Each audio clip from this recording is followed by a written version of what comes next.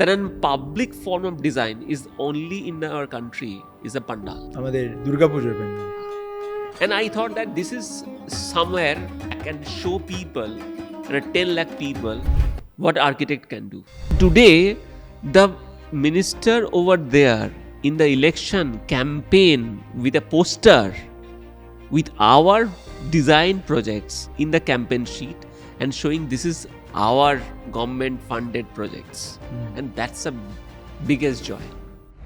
If the design or architecture can add values of public life, only where we can get the respect. Make Calcutta relevant again. You already know. Hello and welcome to another episode of Make Calcutta Relevant Again, the podcast where we delve deep into what makes this city tick, where we delve deep into people who are changing the fabric of the city every single day. People say that not that many interesting things happen in Calcutta. There's not that much good work happening in Calcutta. There's no inspiration in our city. And every time I hear that, there's a little part of me that dies. But the part that gets reborn after this is even more resolute to work towards making this city more relevant for its future generations. Today, here we are with somebody that has been changing the landscape of architecture for not just our city, but for the entire country at large. It's my pleasure to introduce all of you to Obin Choudhury of Obin Design Studio, the one and only architect extraordinaire. Obinda, welcome to our podcast. Thank you, man. আজকে আমরা কথা বলবো অনেক কিছু নেই, but শুরু করি একটু অরিজিন স্টোরিটা দিয়ে। Let's start with the origin story of who Abin is and why is Abin an architect. আমি জানি we come from the similar neighbourhood, আমরা দুজনেই হুগলির লোকজন, তাই এই জন্য এটা I don't know if the viewers know this about me as well, but my family is from Hooghly and our families grew up next to each other. So প্রথমবার যখন আমাদের আলাপ হয়, it was very surprising to hear that there are multi-generations of contact between our families. Yes. Yes. I would love to hear more about that. What was it like growing up in Hooghly, and from there to Obin the architect, what was the journey? No, আমার তো let's say বাঁশবেড়িয়াতে জন্ম, and in Bansberia I have till class 10 plus 2. কোথায়, কোন স্কুলে পড়তে ওখানে? Bansberia high school. হ্যাঁ, Bansberia high স্কুলে পড়ার পরে দেন যাদবপুর। সেটাও অনেকটা বাবা চেয়েছিল ম্যাথামেটিক্স নিয়ে পড়তে।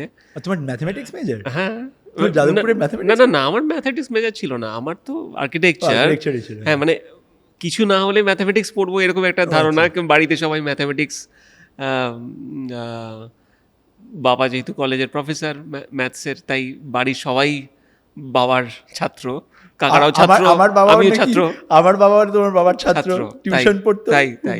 তাই এবং গৌতম কাকুদের নাম আমি ছোটবেলা থেকে শুনেছি, কিন্তু আর্কিটেকচার পড়ার কোনো ইচ্ছা এতটুকুই ছিল না।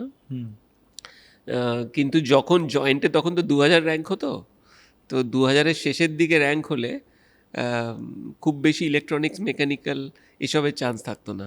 তো তখন জানা গেল যে আরেকটা পরীক্ষা দিতে হয়, জিডিএটি। তখন জিডিএটি ছিল, তখন নাটা ছিল না। তো সেই পরীক্ষা দিলে আর্কিটেকচারে ভর্তি হওয়া যেতে পারে। তখন আর্কিটেকচারে আই থিঙ্ক আর্কিটেকচার পড়ানো হতো শুধু যাদবপুরের বি কলেজে। তো বাবা একদিন আমাকে নিয়ে গেল ত্রিবেণীতে। তুমি যদি হুগলি থেকে আরেকটু ওদিকে যাও তাহলে ত্রিবেণী, তুমি নাম শুনেছো, তাহলে সেখানে বাবা একজন নিয়ে গেল, সেখানে একজন আর্কিটেক্ট, সে বি কলেজ থেকে পাশ করেছিল, সিনিয়র। তো সে বলল যে তুমি বি কলেজে কয়েকজন ট্রেনির কাছে যাও, যারা তোমাকে ট্রেনিং করে দেবে জয়েন্টে যখন কম র্যাঙ্ক হলো। তো আমি জিডিএটি পরীক্ষা দিলাম, জিডিএটি পরীক্ষা দিয়ে আর্কিটেকচার পেলাম। আর্কিটেকচারে 5 বছর পরেও I think I love as a design, but কী হয়, মানে এই history of architecture, theory, structure, এই জিনিসগুলো সবসময় আমার কাছে খুব অ্যাভয়েডেবল মনে হতো। সবসময় মনে হতো ঠিক আছে ডিজাইনটা নিয়ে এসে, সেটা অনেকটা পরে মনে হয়েছে যে টিচাররা হয়তো সেইভাবে ইন্সপায়ার করে উঠতে পারেনি, বা আমাদের সেই মানে সেই ডিপ আন্ডারস্ট্যান্ডিং ছিল না যে আর্কিটেকচারটাকে অন্যভাবে ভাবা যেতে পারে। তার ফলে 5 বছর আর্কিটেকচার পাস করার পরে আর্কিটেক্ট হওয়ার কোনো ইচ্ছা তৈরি হয়নি। তো তখন মনে হয়েছিল অ্যাডভার্টাইজিং নিয়ে কাজ করব। তাই শুরু তোমার জীবনের অ্যাডভার্টাইজিং দিয়ে? মিক্সড, কখনো অ্যাডভার্টাইজিং, কখনো প্রোডাক্ট ডিজাইন, এইসব একটা হিজি আইডিয়া নিয়ে চালু হয়েছিল। এটা তো 90-এর দশক। এটা 98 98 98-এ পাস করলাম। 98-এ যখন পাস করলাম তখন নট শিওর যে আমি অ্যাডভার্টাইজিং নিয়ে এগোবো না আর্কিটেকচার নিয়ে পড়বো। তখন একজন আর্কিটেক্টের সঙ্গে আলাপ হলো, সে বললো না না না তুমি আর্কিটেকচার নিয়ে পড়ো, যে তুমি আমার অফিসে চাকরি করো। তার অফিসে আমি 6 মাস চাকরি করলাম। সেখান থেকে আমি আরেকজনের অফিসে গেলাম। সেইখান থেকে আমি দেখলাম যে এই আর্কিটেকচার পাশ করে এই 2,500 টাকা মাইনে নিয়ে কলকাতায় সার্ভাইভ করা সম্ভব নয়। তখন 1998। তো তখন আমি একা থাকি, পাশ করে গেছি, বাবার কাছে টাকা চাইবো এটাও ভাবা যাচ্ছে না, কিন্তু বাবা গায়ে লাগছে ওটা। তো বাবা বলতো যে না না না ঠিক আছে, হাত খরচার জন্য টাকা নেওয়াই যেতে পারে। তখন আমি মেসে থাকি বালিগঞ্জ। আমি যেহেতু বাঁশবেড়িয়াটা যাদবপুর থেকে অতটা ডিস্টেন্স নয়, 100 কিলোমিটার ভেতরে, আর ফাদার্স মান্থলি ইনকামের জন্য আমি হোস্টেল পেলাম না, তাই আমি বালিগঞ্জে মেসে থাকতাম। তো বালিগঞ্জে মেসে থেকে তখন ভাবলাম যে একটা এই আর পড়া হয়ে গেছে, চাকরি করা হয়ে গেছে, একটা অন্য কিছু করি যেখানে একটা ভালো চাকরি হবে। তখন লাফার্জ লোক নিচ্ছে। আচ্ছা। কিন্তু লাফার্জ লোক নিচ্ছে, লাফার্জ সিমেন্ট আর্কিটেক্ট নেবে, কিন্তু সেটা 7-8 বছরের এক্সপিরিয়েন্স, আর আমার তখন 6 মাসের এক্সপিরিয়েন্স। তো আমি অ্যাপ্লাই করলাম, অ্যাপ্লাই করে প্রথমেই সিভিটা ছুঁড়ে ফেলে দিল।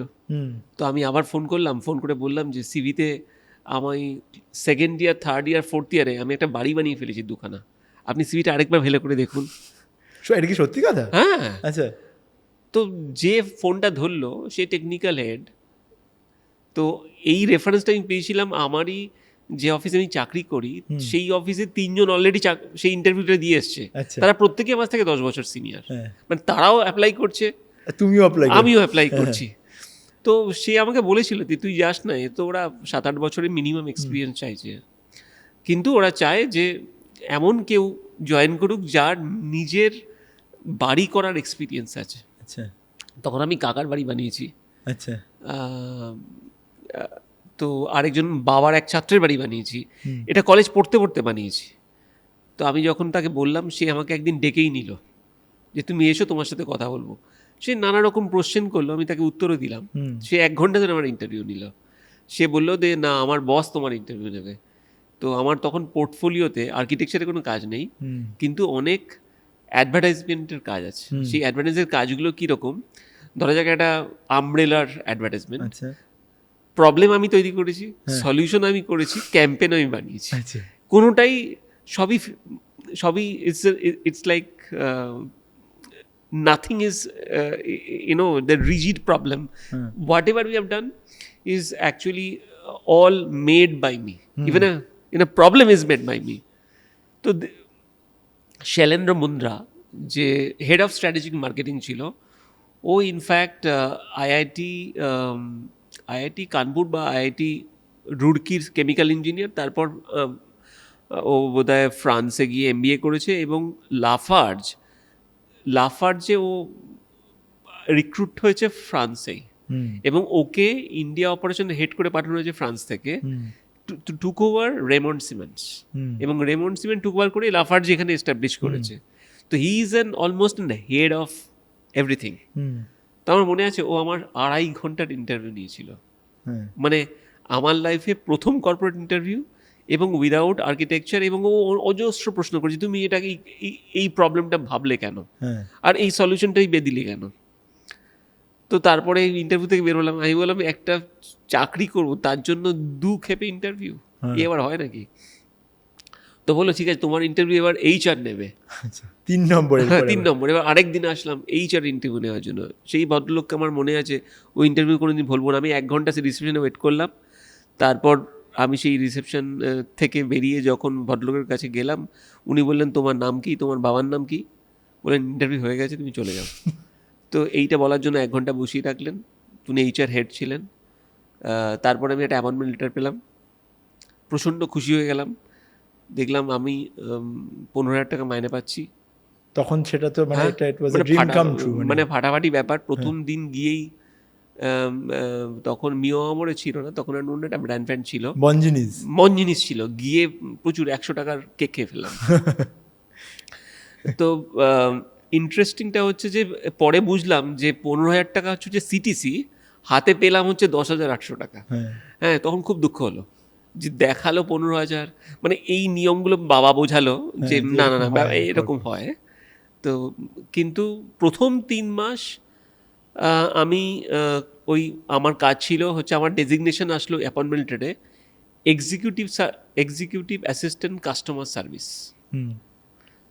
আমার কাজ হচ্ছে ফোন করা, ফোন ধরা, লোকের বাড়ি বানাতে অসুবিধা হলে সিমেন্ট ওকে কি হেল্প করতে পারে সেটাকে বোঝানো। 3 মাস এইভাবে চললো, আর সারাক্ষণ খুব বোরিং। তারপরে আমি আমার হাত তখন চলছে আর কি, যেহেতু কলেজ থেকে বেরিয়েছি, তো আমি ছবি আঁকতাম, আর ছবি এঁকে এঁকে আমি সমস্ত কিছু টাঙিয়ে রাখতাম। একদিন ওই head of strategic marketing Shailendra Munda আমার যে জায়গাটায় বসতাম ওপেন ওয়ার্ক স্টেশনে, তার পাশ দিয়ে ক্রস করছিল। তো বলে এগুলো কি? আমি বললাম এগুলো এমনি এঁকে রেখেছি। বললো তুমি এসো আমার ঘরে। তখন লাফার্জ একটা ট্রাক ডিজাইন করতে চাইছে, যেটা CNF এজেন্ট থেকে ডিলার পয়েন্টে সিমেন্ট পৌঁছে দেবে। তো এটা ওগিলবি ম্যাথারকে দিয়েছে। তো আমাকে বলে তুমি একটা ট্রাক ডিজাইন করবে আমার জন্য? আমি বললাম হ্যাঁ করবো। তো আমি তখন 10টা 12টা সমস্ত স্কেচ করে তার পার্টস ডিটেল সমস্ত কিছু করে ফেললাম। তো বললো যে দিস ইজ অ্যাপ্রুভড, তুমি টার্কিতে চলে যাও, ওখানে গিয়ে আমার পার্টনারদের সঙ্গে ট্রাক ডিজাইন করো। তো আমি তখন ট্রাক ডিজাইন করে কোথায়? এক্সিকিউটিভ অ্যাসিস্ট্যান্ট কাস্টমার সাপোর্ট, সেখান থেকে ট্রাক ডিজাইন লাফার্জ সিমেন্টের ট্রাক ডিজাইন থেকে ফিরে আসলাম। তখন বললো যে আমার হোম বিল্ডিং সেন্টার হবে, যেখানে আমি সাধারণ মানুষকে বোঝাবো যে বিল্ডিং মেটেরিয়াল সম্বন্ধে, তুমি এটা হেড করো, সেটার ডিজাইনার তুমি হয়ে যাও। সেটাও ডিজাইন করলাম। 10,800 টাকা তোমার মাইনে আরেকটু বেড়েছে। তখন বললো যে তোমার ডেজিগনেশন চেঞ্জ করে কাস্টমার সার্ভিস নয়, হেড অফ ডিজাইন হয়ে যাবে। তো হেড অফ ডিজাইন হলো, এবং যথেষ্ট ভালো একটা মাইনে হলো। কিন্তু তখন আমি Lafarge home building centre design করলাম, লাফার্জ হোম প্ল্যানস বুক একটা এখনও মার্কেটে মাঝে মাঝে পাওয়া যায়, 20টা বাড়ির প্ল্যান ডিজাইন করলাম, লাফার্জ রিটেল আইডেন্টিটির ফ্যাসাড ডিজাইন করলাম, লাফার্জের কর্পোরেট অফিস ডিজাইন করলাম কুইন্স পার্কে, যেটা সীমা আর্ট গ্যালারি এখন, তার ওপরে ফ্লোরে। তখন লাফার্জের কর্পোরেট অফিস ছিল। এই 18 মাসের জার্নি লাফার্জ কমপ্লিট হলো। লাফার্জ করতে গিয়ে দুজন বন্ধুর সঙ্গে আলাপ হলো, তারা আমার থেকে 13 বছরের সিনিয়র। তারা একটা ইন্টিরিয়ার ফার্ম চালায়। সে বললো লাফার্জ তোমার জন্য নয়, ফ্রেঞ্চ কোম্পানি তোমাকে আটকে রাখতে পারবে না, আমরা তোমাকে তুলে নেব। তো আমার বসকে যখন বললো তারা, তো বসের সঙ্গে তার খুব ঝগড়া হলো। বস বলল যে অবিন আমাদের হেড অফ ডিজাইন লাফার্জের, আর তুমি হচ্ছে একটা কলকাতার ইন্টিরিয়ার ডিজাইন ফার্ম, তুমি চেষ্টাই করো না, ও কোনো মতেই যাবে না। তো একদিন শনিবার দিন বাড়িতে বসে আছি আমি মেসে, তখন আমি 113 একডালিয়াতে থাকি। একটা অ্যাম্বাসাডার করে 3 জন লোক আসলো, তার মধ্যে 2 জন ছিল। সে বলে একটু জায়গায় যেতে হবে। আমি তখন হাফ প্যান্ট পরে বেরিয়েছি, হাফ প্যান্ট পরে বলিয়ে ওরা গাড়ি করে তুলে নিয়ে চলে গেল আমাকে, এবং সোজা ডেস্টিনেশন দীঘা। এটা আমি গল্পটা শুনতাম কোথায়, ইস্টবেঙ্গল মোহনবাগানের যখন ফুটবল মানে এক দল থেকে আরেক দলে লুকিয়ে রাখতো সই যাতে করতে না পারে, সেরকম। আমার যেদিনকে একটা ইম্পর্টেন্ট প্রেজেন্টেশন ছিল, তার আগে শনিবার দিন ওরা আমাকে নিয়ে চলে গেল। 3 দিন আমি দীঘাতে আটকে থাকলাম, জামা কাপড় কিনলাম, এবং 3 দিন বললো যে তুই আমাদের কোম্পানিতে জয়েন করছিস এজ এ ডিরেক্টর, তুই কনফার্ম কর, তারপরে কলকাতা বেরো যাবো। মানে বেসিক্যালি তোমায় কিডন্যাপ করা হলো এটা। হ্যাঁ, এবং দে আর ভেরি ফ্রেন্ডলি। এই 2 জন আমার থেকে 13 বছরের বড়, এবং তাদের হাইট মোটামুটি 6 ফিট 3 ইঞ্চি, সৈকতদা এবং কৃষ্ণদা। তাদের সঙ্গে ব্যবসায় নেমে পড়লাম। ব্যবসায় নামার পরে বুঝলাম যে কোম্পানিতে আমি জয়েন করলাম এজ এ ডিরেক্টর, সেই কোম্পানিতে গত 3 মাসে মাইনা হয়নি কারোর। এটা আগে তোমায় দীঘা নিয়ে যাওয়ার সময় এটা না, এইসব কিছু বলা হয়নি। তো যাই হোক, তাতে আমি খুবই একটা বিচলিত হলাম না। আমি বললাম ঠিক আছে, আজকে সবাই চলছে, আমি চল। তো এই করে একটা ছোট কিচেনের ড্রয়িং পেলাম। তারপর আমরা টাইমস অফ ইন্ডিয়ার একটা দুটো কাজ পেলাম এক্সিবিশনের। সেই এক্সিবিশন মানে বুক ফেয়ার এক্সিবিশন। সেই বুক ফেয়ার এক্সিবিশনের যখন কাজ শুরু হলো, আস্তে আস্তে টাইমস অফ ইন্ডিয়া, সেখান থেকে টাইমস অফ ইন্ডিয়ার অফিস, ম্যাকমিলান, এবং করতে করতে সেই কোম্পানিটা 4 বছরে 30 crore কোম্পানি হয়ে গেল।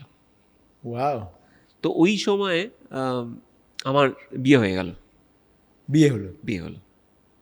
বিয়ে হওয়ার পরে আমার মনে হলো যে কোথাও একটা আমি আনকমফোর্টেবল ফিল করছি এই ব্যবসাটায়, যেখানে আমার ফ্রিডম অফ ডিজাইনকে মানিটারি টার্মস যদি দেখি তাহলে প্রফিট অ্যান্ড লস দিয়ে ভাবছি, এবং সেখানে I can not explore my creative sense.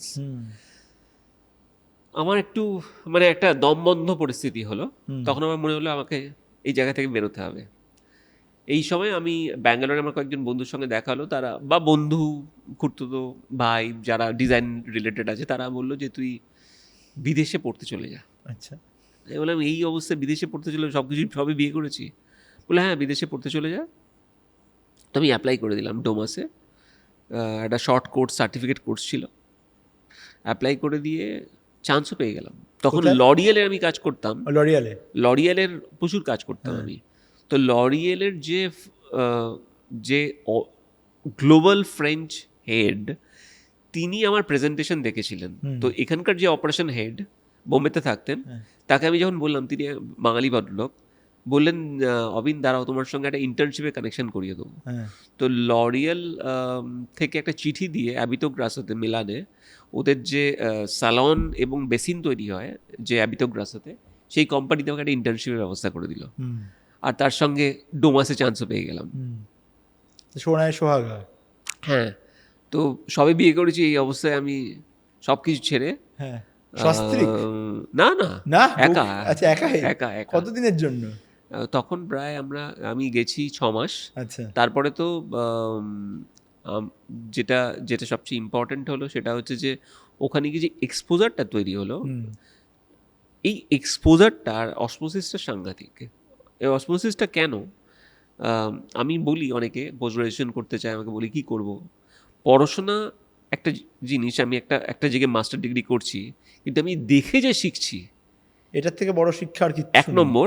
আর 2 নম্বর হচ্ছে যে আমার সামনে হুন্দেইর চিফ ডিজাইনার বসে আছে, আমার সামনে কলম্বিয়ার একজন বেস্ট ডিজাইনার বসে আছে, আমার সামনে ইটালিয়ান একটা প্রফেসর বসে, তারাও ওই কোর্সটা করতে এসছে। আমার ব্যাচমেট ছিল তখন, আমি তো ইন্ডাস্ট্রিয়াল ডিজাইনে ছিলাম, জুয়েলারি ডিজাইনে ছিল এখন যে টাইটানের তানিষ্কের ডিজাইন হেড। এবং তুমি মনে থাকবে যে টাইটান একসময় একটা স্লিমেস্ট ওয়াচ বানিয়েছিল, এজের যে ডিজাইনার, ওর ওয়াইফ ছিল হচ্ছে ওই মেয়েটি।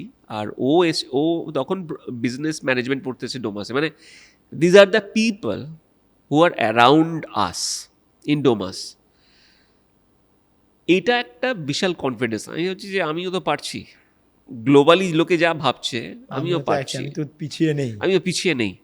এই কনফিডেন্সটা is a really important that point of time. এই ফিরে আসার পরে তখন আমার শুরু হলো হচ্ছে Aubin design studio. And how has that journey been, if we speak specifically about building Obin Design Studio in Kolkata?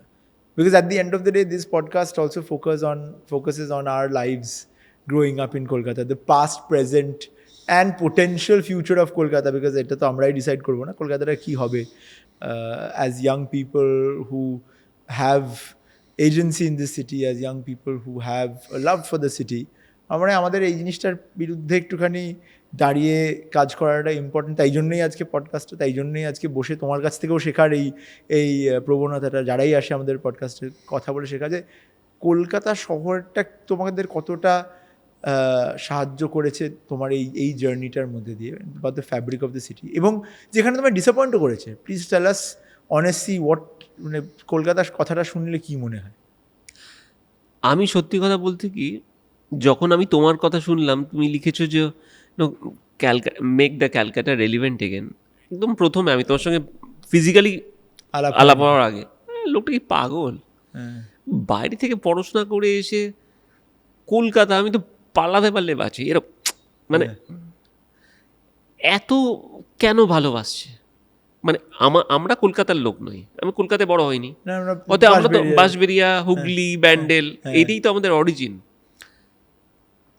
দেখো দুটো জিনিস আছে, YONO there is an extraordinary warmth in our culture. আমার আরেকটা কালচার ভালো লাগে, যেটা আমি সবসময়, বোম্বে আমার খুব ফেভারিট। মানে এই যে স্পিরিট একটা আছে না, এই যে ট্রেনে যাওয়া, আমি ট্রেনে করে একসময় যাতায়াত করতাম, আমি বহুবার বোম্বে যাই, এবং একটা সময় আমি যখন রেডিফিউশন টিওয়াইয়ের একটা ব্রাঞ্চের সঙ্গে কাজ করতাম, তখন আমি রাত 1টার সময় বোম্বেতে ল্যান্ড করতাম। আমাদের গেস্ট হাউসে ছিল কালিনা স্টেশনের ঠিক পাশে। মোটামুটি রাত 1:30টার আগে কোনোদিনই ল্যান্ড করতাম না, কারণ লাস্ট ফ্লাইটটা নিতাম, কারণ ফুল ডে আমি কাজ করতাম, তারপর আমি লাস্ট ফ্লাইটটা নিয়ে পৌঁছাতাম। আর 1:30টার সময় একটা অটো পাওয়া খুব চাপের ব্যাপার থাকতো। সেই সময় ওলাও ছিল না, উবার কিছু ছিল না। আর আমি প্রতিবার আমি ভাবতাম যে আজকে আমি অটো পাবো না, আমাকে হেঁটে যেতে হবে। কোথা থেকে একটা পুলিশ অফিসার এসে, আমার একটা কনস্টেবল এসে আমার অটো ধরেই দিত, সে অটোটা আমাকে ঠিক সময় পৌঁছে দিত, এবং সে কোনোদিনই আমার কাছে এক্সট্রা পয়সা নিত না। That spirit I never goat. Kolkata তো অফকোর্স, কলকাতার যে পিপল তারা আমাকে অনেক দিয়েছে, কিন্তু আমার মনে হয়েছে যে তুমি যদি কলকাতাকে গ্রেট করতে চাও, it's a two part. One is a hardware part, one is a software part. Software পার্টে অনেকটা কন্ট্রোলের জায়গা কিছুটা আছে, কিছুটা নেই। আমি আমার আর্কিটেকচারাল আন্ডারস্ট্যান্ডিং থেকে বলি, আমার মনে হয়েছে যে there is an enormous possibility to make Calcutta great again through the architecture, where the most stumble block is the government. It's not a government of A, B, C, D. It's a state. Either it could be an central or it could be state. Why? Because I feel the state is the biggest real estate company in the country. Either central or any state. Sure. Because they have most of the money. Okay, and they have infrastructure, but they don't have a mechanism for any state in our country that they can make a beautiful building, small beautiful building, who can gift it to a public space. Okay, and you don't need a 200 crores, you need 40 lakhs to make a right toilet, Toilet. a public toilet. Public You need a 25 lakhs, a perfect non-air conditioned bus stand, where an old people can sit and young people can stand. You don't need an air conditioning bus stand in our country. Okay, you need a small cultural center, not like Dhanodhanya of 600 crores, where people, multiple people can afford and take architecture in different ways. Learn from the learning. architecture. Yes. And you don't need a very costly material too, because you need a maintenance, because the maintenance comes from the public money. Okay, that ideology is completely failure. In that case is the Bihar. One of the best public building is made in recent times, but state by Bihar, the Bihar Patna Museum. Now they are making a Patna Science Museum. It's the most amazing public buildings happened probably last 50 years by the state, which is mesmerizing. Okay, in Calcutta বুঝে একটা earthquake museum হচ্ছে না, হচ্ছে ওটা। বুঝে বিবিধসী করেছে। হ্যাঁ, বিবিধসী, হ্যাঁ। It's a beautiful, Amazing, It's amazing amazing. You know, exactly. Sorry, এটা কমপ্লিট হয়ে গেছে। it's over বিবিধসী করেছে, already, it's হ্যাঁ, over. হ্যাঁ। Exactly. Very important point. Correct. আমি যেটা বলার চেষ্টা করছি, আজকে কেমোমা, ধরো আজকে কলকাতা মডার্ন আর্ট মিউজিয়াম, যেটা হার্জগ ডিমুরন করছিল, কলকাতা পেল না। কি হলো, প্রজেক্টটা কি বন্ধ? প্রজেক্টটা বন্ধ হয়ে গেল। কি হলো বা কিভাবে হলো, অ্যাটলিস্ট হার্জগ ডিমুরনের কতটা ডিজাইন ফলো হচ্ছে আমি অ্যাটলিস্ট জানি না, কারণ আমি 6 বছর ধরে ওদের সঙ্গে লোকাল আর্কিটেক্ট ছিলাম, এখন আমি নেই। বাট আমি অত বড় প্রজেক্টে যেতে চাইছি না, যেখানে 400 কোটি টাকার প্রজেক্ট। আমি একটা ছোট প্রজেক্টের কথা বলছি। এইখানে ব্যুরোক্র্যাটদের বিশাল রোল থাকে। আমার মনে হয়েছে যে কোথাও the DNA of Bengal has lost the guts to make a right choice for the political people, that political পিপলদের বোঝাবে যে তুমি এই বাড়িটা করো, তাদের লোকে খুশি হবে। And you may not need a large building, you need a multiple buildings throughout the length and the breadth of the Bengal.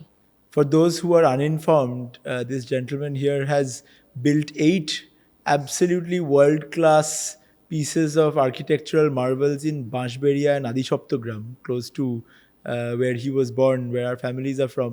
And these buildings don't look like sore thumbs if you walk Yes. through that area. I think And these are public projects. Mostly are public mostly projects. public projects, which look, I'm sure when we have the video, they will overlay the photos of the buildings on top. But what was the inspiration behind it? Like, so your thought process now has come to a point where you want to work on more public infrastructure, where you want to create equal opportunities for people to come and be inspired by walking through some of these projects. Was this sort of your legacy meaning to get delivered back to the place that you come from? এই জন্য কি বাঁশবেড়িয়া আদি সত্যগ্রামে এই প্রজেক্টগুলো করার? No, first of all, I felt that our profession, architecture, nobody knows. Nobody we don't have a respect.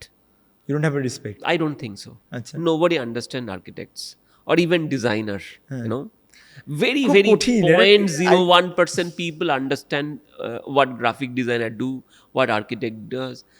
People understand engineer, people understand accountant, people understand, doctor, lawyer. People don't understand this কারণ এটা half-hearted. Intangible, মানে ওরা মনে করে intangible. Absolutely, you're right. হ্যাঁ। So I felt it is because that we always kind of giving solution to the rich people and a very niche people. And that is why my first effort to make an pavilion, I realized that a public form of design is only in our country is a pandal or pavilion. আমাদের দুর্গাপূজার pandal. And I thought that this is somewhere I have to crack and show people, and 10 lakh people, what architect can do. And that is why I've done in Bashberia, Kartik Pujo. And that is why once I've done for Behala Notundal. হ্যাঁ। And to show an architect can completely think differently what pavilion is. And a pavilion is not made for once for 10 days. It has to be restructured. And that is why Behala Notundal restructured in Unbox in Newtown. Okay, same boxes, reused, redesigned with the same boxes, is fully used right now as a public park. এখন যে নিউটাউনের যে Newton unbox park যেটা, হ্যাঁ। সেটা তো বেহালা নতুন দলের প্যান্ডাল, সেটাই খুলে ওখানে লেগে গেছে। So the idea is we created A formula, হ্যাঁ। and that formula works, and formula can infinite number of solutions. So my idea is, if my design can inspire out of 10 lakhs, even 100 people, still is better. They can understand this there's a word called architecture, the world called architect. They can also design like this. They can inspire. I can enjoy in these kind of spaces. For me, if the design or architecture can add values of public life, only where we can get the respect. And for us, making a public projects is the only way forward when you offered and add values in public's life.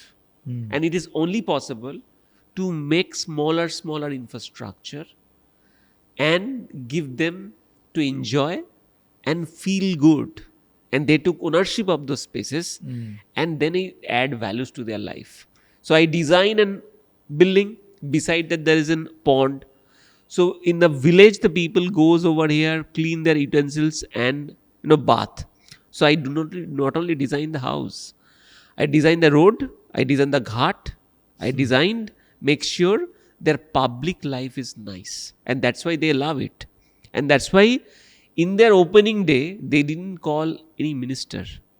They call me to have cut down that's the biggest gift we can get. And that's a love.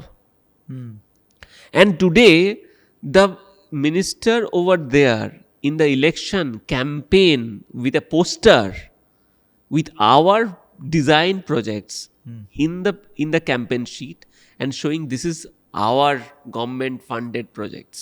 And that's the biggest joy. That government is forced to show the picture that we have designed, which is partially funded by them, and getting votes. So this is most inspiring. The public at a large is more favorable than me than an MLA MP, because we are more added, we have added more values to their life. It's so powerful. Very And that is what and I feel that it should be start from my Bajberi and Adishaptogram, where I brought up.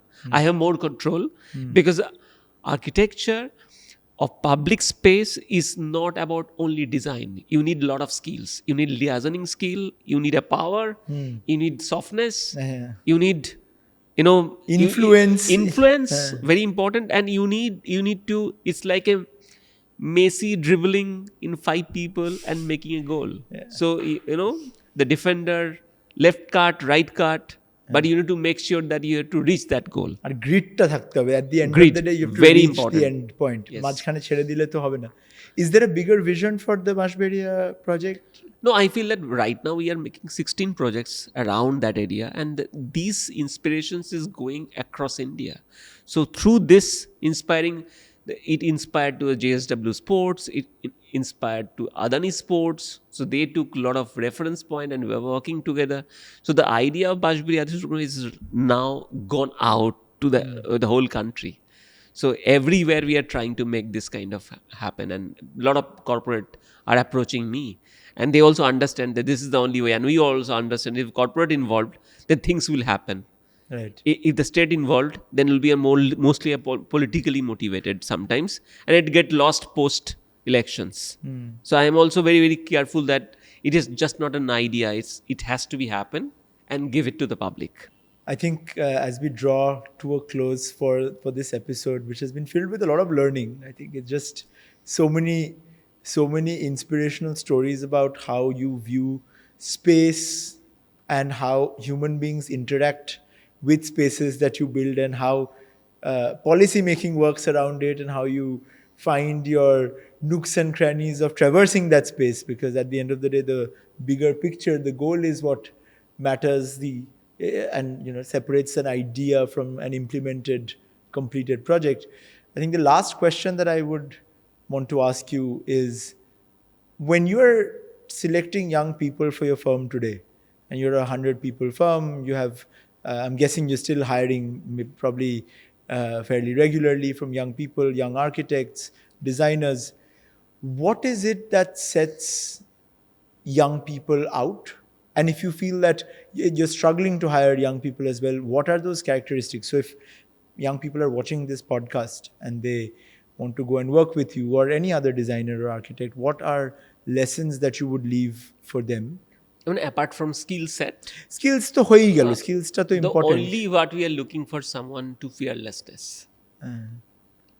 I want a sportsman, somebody লম্বা খেলোয়াড়, মানে লম্বা দৌড়ের একদম ঘোড়া। 3 গোল খেয়ে 4 গোল দিতে পারবে, এই মেন্টালিটি চাই।